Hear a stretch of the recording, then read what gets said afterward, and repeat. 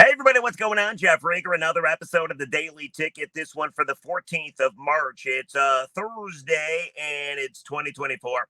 And once again, I'm in my car looking to go into Little Caesars Arena. Got a radio show right before the Pistons take on the Toronto Raptors. You know, the last time I did a podcast from my car during a Pistons game, they won. So maybe they make it two in a row. But we're not here to talk about the Pistons. Nobody gives a damn about the Pistons. Ever since that 28-game losing skid, they haven't been all that interesting. They just lose now. And every now and then they win, but mostly lose. Anyway, we do have a lot to talk about. Tomorrow on the Daily Ticket, I gotta believe we'll have some news from the Lions. Maybe they have some new players. Big nose tackle from Cincinnati, DJ Reader, is in town as we speak. Visiting with the Lions, you gotta believe he's gonna sign with the Lions. And then Eric Armstead has been released from the 49ers. And there's a big belief that the Lions are interested in him. Now, maybe by the time you watch or listen to this podcast, it currently is 4:57 on a Wednesday. Maybe both those guys are already signed. I don't know. But tomorrow on the Daily Ticket, we'll definitely go over free agency. And we'll recap the Wings and the Coyotes from Little Caesars Arena. Now, here's the deal. This podcast is about the Wings. This podcast is because I am fucking disgusted, and you should be too. Whether you want to blame the patch, or some people are blaming my bald head, the Red Wings are a dumpster fire. They are a disaster. They are an embarrassment, and I don't like to see it. People blame the patch. I blame the patch. We'll go over the stats pre-patch and post-patch. People have now started to blame me. The Wings are 0-4 since I shaved my head, something that you people wanted and told me to do. At the very end of this podcast, please stand by, watch until the very end. I think I have a solution for how to get the Wings back on the winning track. I'll give that to you at the end of this. But I almost feel like you don't know what an embarrassment the Wings have been lately unless I break it down for you fully. Yeah, you know they've lost 6 in a row. Yeah, you know they're not currently in a playoff spot. But before the patch, and whether you want to blame the patch or somebody else, we're going to blame all kinds of people during the course of the next 10 minutes or so. We'll just start with the patch, though. Pre-patch, the Wings went on a 6-game winning streak. They outscored the opposition 28-10.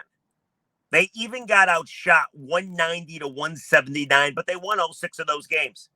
At one point, the Detroit Red Wings were 9 points above the playoff cut line. They were a shoo-in to make the playoffs. We all started to wonder how great it's going to be in front of the General Motors Plaza, where Wings fans could congregate and throw a fucking party that the Wings are in the playoffs. And you know this. Once you get in the NHL Stanley Cup playoffs, you got a shot. Look at the Panthers. Look at the Kraken.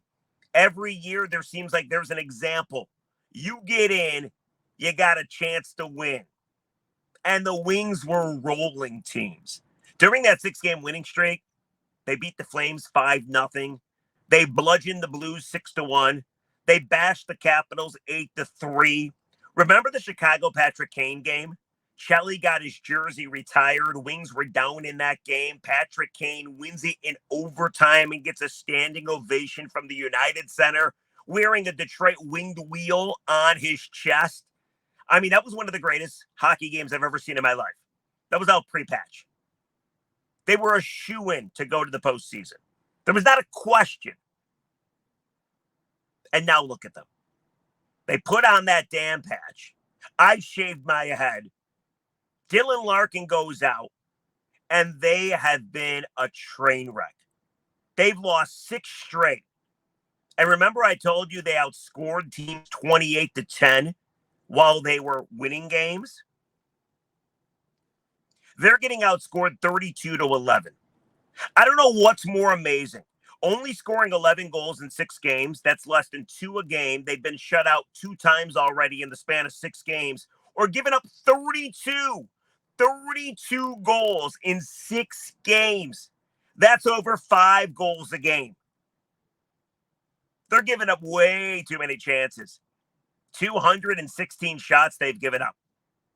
They've been outshot 216 to 153. They're giving up an average of 36 shots a night up on them. Their defense is horrendous, and we knew it was bad. But Alex Lyon found a way to really be the MVP of this team. Despite facing a lot of shots through the course of the regular season, Alex Lyon was stopping them.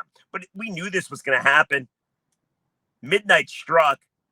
Alex Lyon has played in 33 regular season games. He's been so good this year. He is Detroit's MVP. But he's still Alex Lyon. Still Alex Lyon. He's still an undrafted hockey player that went to Yale and is 31 years old. And the 33 he's played this season is the most by a long shot. The second highest he's played in a season was 15. And then there's the defense. Like, Ben Sherratt is awful. Jeff Petrie is awful. Sherratt a -8. Petrie a -7. Mo Seider's a -8. Shane Gustafsson a -16. I get it. Plus, minus, not the greatest way to judge anybody. I get it. Some of the better D-men are going against better players, so the plus minus might not tell the whole story. Doesn't change the fact this defense stinks. Like, awful. Just awful. And then, by the way, yesterday, I don't know if you heard about what happened. As the Wings were practicing, trying to get ready for an Arizona team that really, truly stinks, despite the fact that they got shut out by him 4-0 last Friday in the desert. But the Wings were practicing, trying to get ready for what is a must-win game to try to hop back in the playoff standings. There's a fight that broke out. Ben Sherratt and Lucas Raymond got into it. Gina Trotman from Channel 7 got the video. I think she was the only one that got the video. Saw some still photos of it as well. Is that a good thing or a bad thing? I don't know. I tend to think it might be a good thing. Get all the crap out there. Let the guys duke it out. I guess if you can't hurt the opposing teams, you might as well hurt each other. But at least you know they're frustrated by this. At least you know it bothers them. So maybe it's a good thing that they're trying to fight each other. Maybe they'll bring some of that fight on the actual ice against other opponents that don't wear the winged wheel on their uniform. But look at this losing skid. I can't get over it. It's been so putrid. Down 4-1 to Buffalo after one period on Monday night. Pathetic. Down 3-0 to Arizona after one period on Friday night. Awful. Giving up 54 shots to the Avs, allowing Colorado to score 6 unanswered after leading 2-1. I get there's no Dylan Larkin. I understand. But Steve Yzerman has built this team with so-called depth. He went out and got a bunch of guys that actually have Stanley Cup experience. A lot of guys have won cups or have gotten close to winning cups. And this is how you play when your captain's out? It's disgusting. During this 6-game losing skid, Alex DeBrincat, 0 goals. Patrick Kane, 0 goals. JT Compher, 1 goal. David Perron, 1 goal. Michael Rasmussen got the new contract. Hey, Mike, 1 goal. By the way, did I say Patrick Kane 0? I meant Patrick Kane 1 goal. Aren't these the guys that are supposed to be leading the way? Aren't these the guys that are supposed to know when the going gets rough, how to deal with it? All those guys I just named have either won a cup, with the exception of Michael Rasmussen, or gotten deep in the postseason, again, with the exception of Michael Rasmussen. I only included him because he signed a new contract with the Red Wings. Where's the leadership? Where's the responsibility? It's truly disgusting. And then you wonder about Steve Yzerman. Yzerman's the one that put this team together. I read an article yesterday that Derek Lalonde is going to get fired. Now, I doubt that's going to happen, but it listed 3 candidates to replace Derek Lalonde. He's the guy that Yzerman hired. He's the guy that replaced Jeff Blashill. I like Derek Lalonde just like I like Jeff Blashill, but can these guys coach and win? And how much of the blame do you put on Steve Yzerman? I know he's untouchable in this town. I get it. He's the original captain. But 5 years on the job, and you might not make the playoffs again after being 9 points up on the cut line? Like, how much of the blame lies with Steve Yzerman? He's the one who went out and got the JT Compers and the David Perrons and the Andrew Kopp, by the way, who's been a disaster. He's the one that second straight year his team's going to no-show after sniffing the playoff rankings. I understand he's building a beast allegedly in the minors. I get that he's got a great AHL team in the Grand Rapids Griffins, but I don't care about any of that stuff. I want to make the playoffs. I'm sick and tired of this team imploding. And the way they're losing right now, it's not just imploding, it's embarrassing. What's stronger than imploding? Embarrassing's pretty bad. So I'm curious where you're at. I know I've never done a Red Wings bitch podcast before, but this is my first. Who do you blame? You blaming Lalone for not being able to get these guys to play? You're blaming Dylan Larkin because he got injured. How dare he? You're blaming the patch. You're blaming my bald head. You're blaming Stevie. Who are you blaming? I need to know. And it needs to stop. Because damn it, we deserve something fun in this town. And the Wings were giving it to us. And man, Little Caesars Arena was kick ass. And yes, it was fun. And I couldn't wait for the second season. I had fantasies. I'm not even kidding. At night, dreams, the opposite of nightmares, about facing off with the Maple Leafs in the second round and kicking their ass. Oh, it was amazing. Now look at them.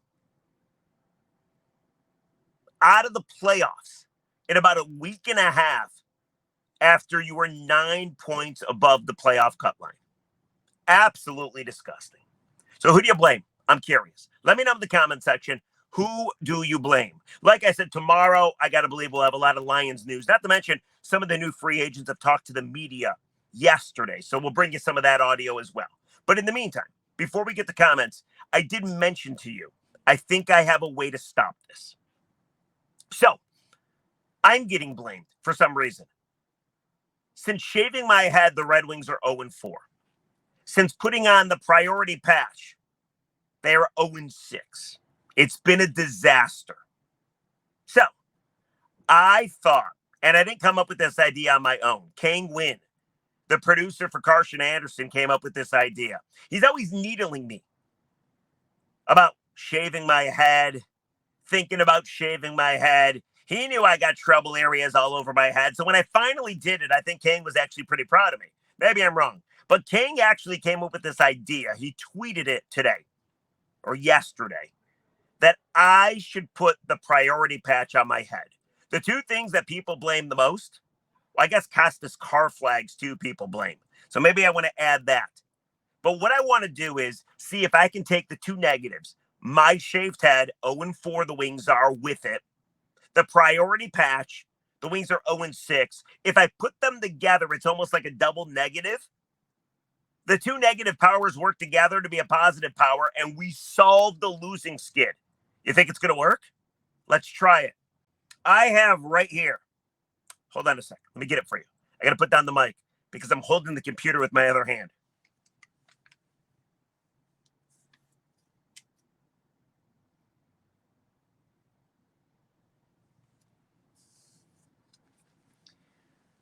That's the priority patch for people that are not watching this on YouTube. It's a disgusting thing, isn't it? Gives you all kinds of nightmares. What I'm going to do is I'm going to take the patch, and it's really a piece of paper because I couldn't find where to buy the patch. I'm going to put it on my bald head. I'm going to have the two powers merge, and I'm hoping it results in kicking the living crap out of the Arizona Coyotes. Here we go. I hope it's not going to hurt. Here we go. Put the...